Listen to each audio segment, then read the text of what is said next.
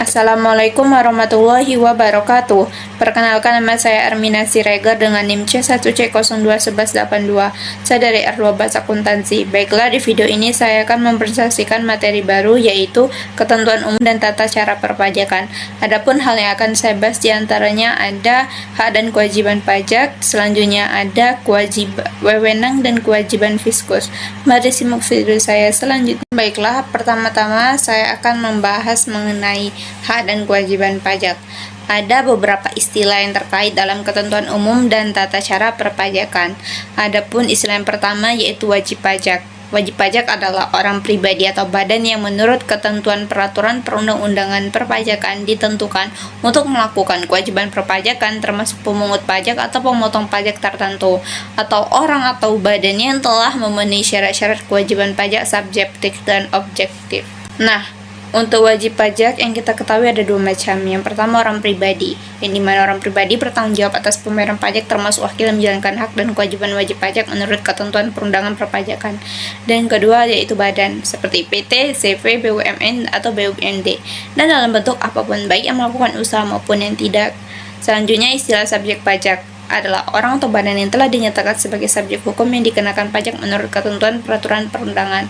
Dan selanjutnya ada istilah objek pajak, di mana semua penghasilan, nilai kekayaan, penyerahan barang dan jasa, nilai uang dalam transaksi atau lainnya yang menurut perundangan pajak dikenakan pajak. Dan selanjutnya istilah tahun pajak, di mana adalah jangka waktu 1 tahun takwin, kecuali bila wajib pajak menggunakan tahun buku yang tidak sama dengan tahun takwin. Nah, bagian dari tahun pajak maksudnya adalah bagian dari 1 tahun pajak.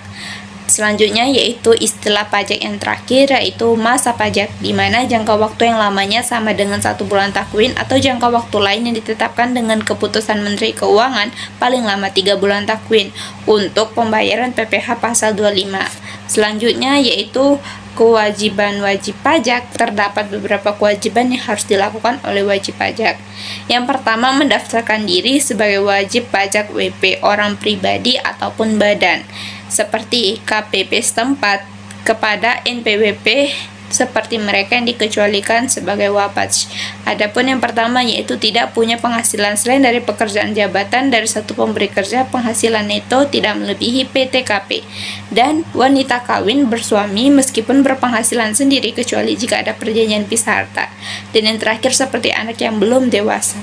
Adapun selanjutnya kewajiban wajib pajak yang kedua yaitu mengambil SPT wapaj, seperti dari KPP meminta SPT. Pada praktiknya KPP mengirim SPT ke alamat wajib pajak dengan alasan pelayanan kepada wajib pajak dan adanya keraguan wajib pajak tidak mengambil SPT. Yang ketiga yaitu mengisi SPT. SPT merupakan sarana untuk menetapkan pesannya pajak terhutang dari wajib pajak. SPT harus diisi dengan benar menggunakan bahasa Indonesia dengan mata uang rupiah. Dan yang keempat yaitu melunasi pajak kurang bayar. Dalam mengisi SPT sekaligus menghitung ada 3 kemungkinan, yaitu kurang bayar, nihil, lebih bayar. Nah, untuk kurang bayar, pembayaran dilakukan dengan mengisi SSE dalam rangkap 4 paling lambat tanggal 25 Maret tahun berikutnya. Dan yang kelima yaitu menyampaikan SPT, di mana SPT itu dengan lembar kedua SSE lalu ke KPP. Dan yang keenam yaitu penyelenggaraan pembukuan.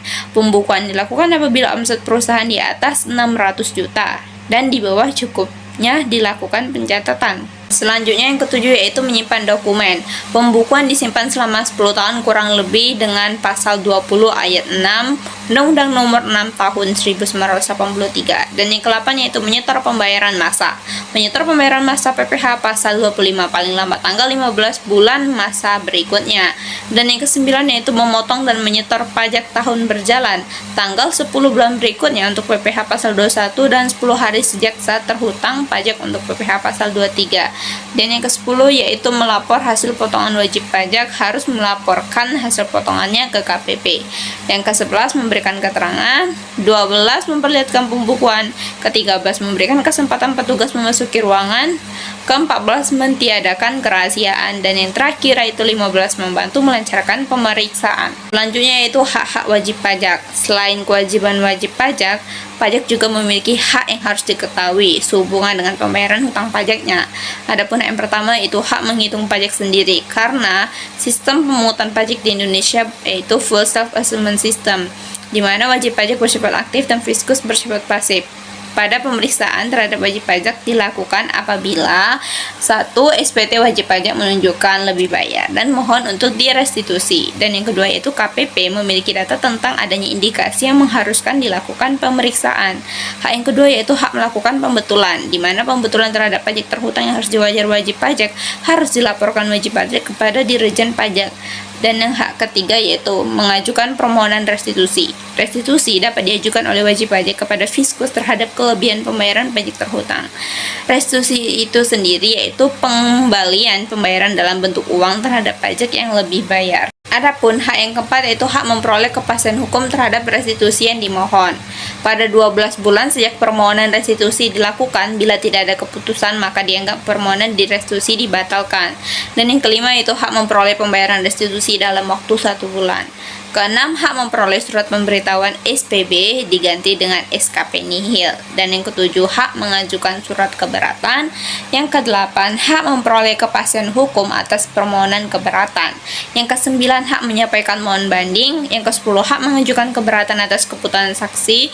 Kesebelas, hak memperoleh kepastian hukum atas perkara pajak daluarsa. Suatu masalah dalam perpajakan adalah 10 tahun setelah pajak terhutang berakhir. Dan yang ke-12 yaitu hak wajib pajak lainnya.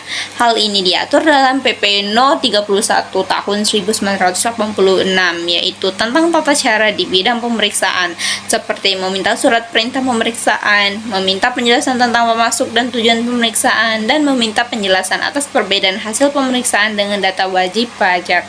Adapun pembahasan selanjutnya yang kedua yaitu wewenang dan kewajiban Fiskus. Nah, diantaranya yang dapat digolongkan sebagai Fiskus yang pertama yaitu Kementerian Keuangan dengan jajarannya meliputi Dirjen Pajak, Dirjen Bea Cukai dan Kantor Inspeksi Bea Cukai, dan Dirjen Kebijakan Fiskal.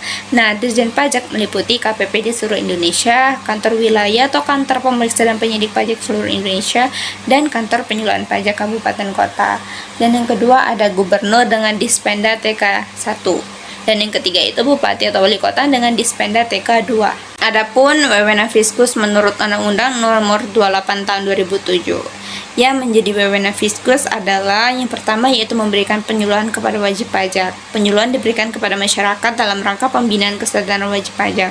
Yang kedua, melakukan penelitian dan pemeriksaan dengan asas praduga tak bersalah seperti verifikasi lapangan maupun di kantor dan pemeriksaan lapangan. Yang ketiga, menindaklanjuti hasil verifikasi atau penelitian dengan menerbitkan surat ketetapan pajak sebagai sanksi administrasi berupa STP, SKPBT, SKPLB, SKPB, dan SKPN. Yang keempat yaitu melakukan penyidikan. Yang kelima, melakukan penagihan pajak dengan surat paksa yang diatur dalam Undang-Undang Nomor 19 Tahun 2000. Yang keenam yaitu hak mendahului dari hasil lelang yang dilakukan. Fiskus dapat mendapat prioritas utama untuk pembayaran kredit pajak. Jika ada sisanya baru untuk kreditor lainnya. Dan yang terakhir yang ketujuh yaitu hak mengurangi dan menghapus saksi wajib pajak, mengajukan permohonan tertulis dalam jangka waktu 3 bulan.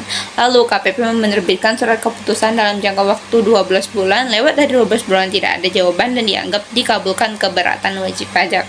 Selanjutnya yang kedua yaitu kewajiban Fiskus. Secara umum terdapat dua macam kewajiban Fiskus hubungan dengan perpajakan. Yang pertama yaitu kewajiban umum, yang dimana melayani kebutuhan wajib pajak secara umum, seperti melayani wajib pajak dalam pendaftaran sebagai wajib pajak untuk mendapatkan NPWPJ, melayani wajib pajak dalam mengisi SPT, PPh tahunan, PPh masa, SPT, PPN masa, melayani wajib pajak dalam menyampaikan SPT, PPh tahunan, PPh masa, SPT, PPN masa, sekaligus memberi tanda terima, melayani wajib pajak dalam mengajukan keberatan banding, melayani wajib pajak dalam menyampaikan permohonan restitusi baik PPh maupun PPN, dan melayani wajib pajak dalam mengajukan kompensasi.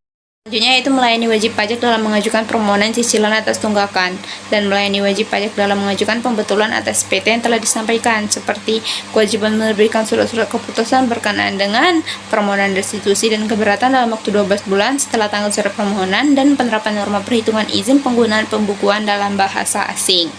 Selanjutnya kewajiban yang kedua yaitu kewajiban khusus. Ini untuk pejabat KPP termasuk penyidik pajak.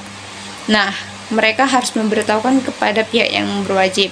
Jika tidak memberitahukan kepada yang tidak berhak atau pihak berwajib segala sesuatu yang diketahui atau diberitahukan kepadanya oleh wajib pajak dalam rangka jabatan atau pekerjaannya untuk menjalankan peraturan perundangan perpajakan atau rahasia jabatan. Sekian dari saya mengenai video presentasi materi ketentuan umum dan tata cara perpajakan. Saya akhiri dengan wabillahi taufiq wa hidayah. Wassalamualaikum warahmatullahi wabarakatuh. Terima kasih.